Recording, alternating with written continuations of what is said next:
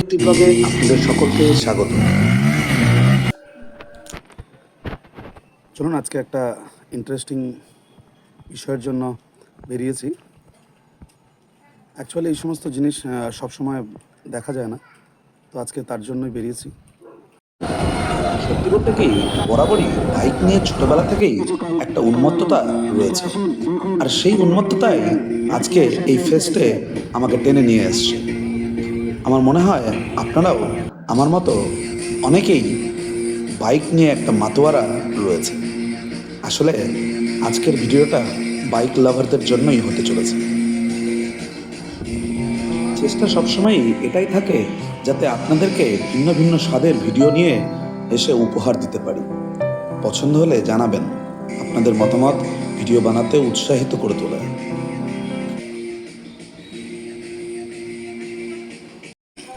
দেখুন কিভাবে প্রিপারেশন চলছে একটা স্টান্ট শো শুরু হওয়ার আগে। একটা ভালো স্টান্টের জন্য যেমন ভালো স্টান্টম্যানের প্রয়োজন, তেমনই একটা ভালো বাইকও দরকার। আর সেখানে বাজাজ পালসার সিরিজ নিয়ে আর বলার কিছুই নেই। দাদা, এই গাড়িটাতে কি স্টান্ট হবে? বিভিন্ন অফারের মধ্যে দিয়ে Bajaj Pulsar showroom Gangarampur branch হাজির ছিল গঙ্গারামপুরবাসীর জন্য।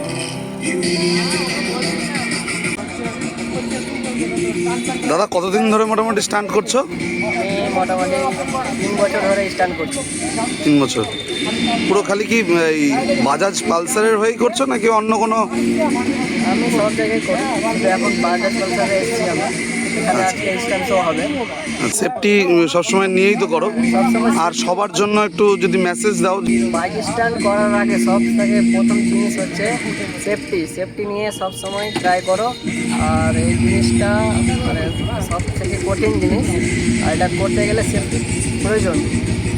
আর এই যে অনেক ছেলে পেলে যারা রয়েছে র্যাশ ড্রাইভিং করে, পাবলিকলি খুব জোরে গাড়ি চালায়, সেটা কি উচিত? না, ওটা ঠিক না। মানে পাবলিক প্লেসে গাড়ি সব সময় আসতে চালান, কারণ পাবলিক কখন কোথা থেকে কী বেরোবে তুমি নিজেও জানতে পারবে না। তো নিজেকে একটু সেফভাবে চলতে হবে। ধন্যবাদ দাদা। চলুন, শোটা শুরু হতে চলেছে, আর বেশি কিছু বলবো না। আপনারা উপভোগ করুন এই শোটাকে।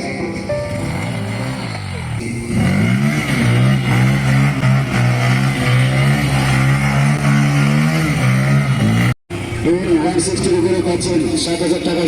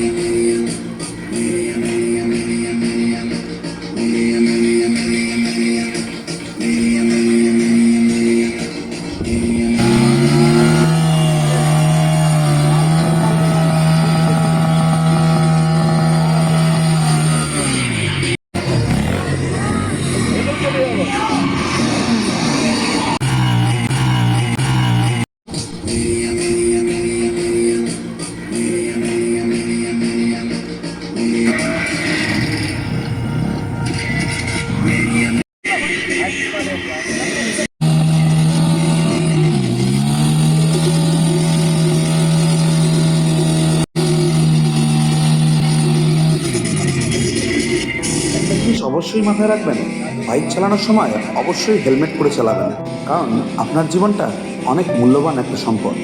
ভালো থাকবেন, সুস্থ থাকবেন। দেখা হবে আবার কোনো নতুন ব্লগে।